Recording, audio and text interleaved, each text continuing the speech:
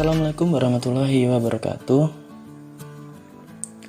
Halo adik-adik, kembali lagi dengan saya Kak Hafid. Hari ini kita akan belajar tentang klasifikasi makhluk hidup.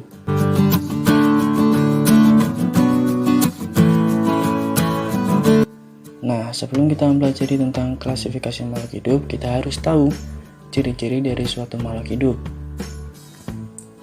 Nah, ciri yang pertama adalah bernafas.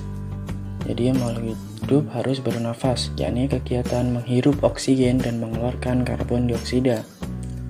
Yang kedua, makhluk hidup butuh untuk berkembang biak untuk melangsungkan kehidupannya.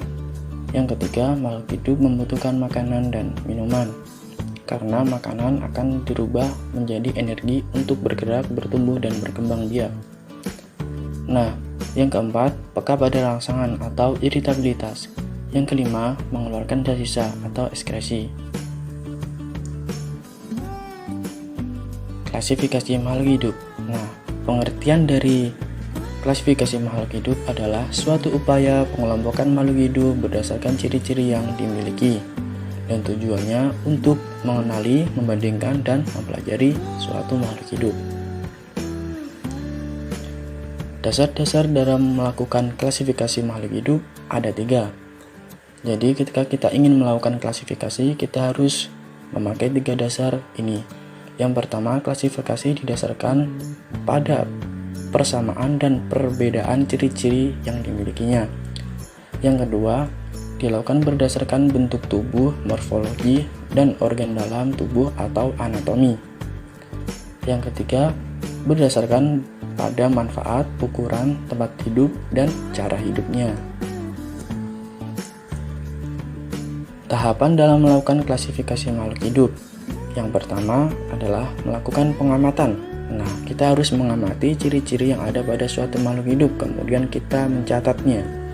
Setelah kita memperoleh data tersebut, kita akan mengelompokkan makhluk hidup. Nah, yang ketiga, setelah kita kelompokkan, kita akan memberikan penamaan pada makhluk hidup.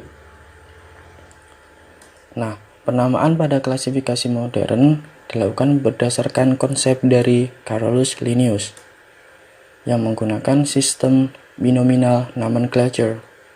Nah, sistem ini menggunakan 2 suku kata dalam penamaannya, seperti contoh Oryza sativa yang menggunakan kata pertama Oryza dan kata kedua sativa.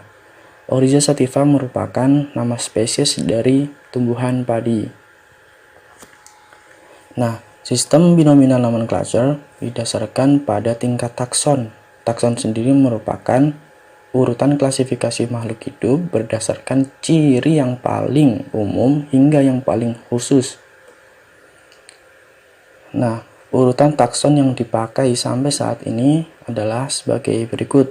Pada bahasa Inggris disebut kingdom, kemudian division untuk tumbuhan, dan phylum untuk hewan, class, order, family, genus, dan spesies.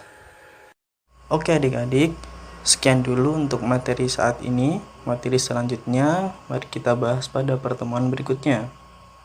Wassalamualaikum warahmatullahi wabarakatuh.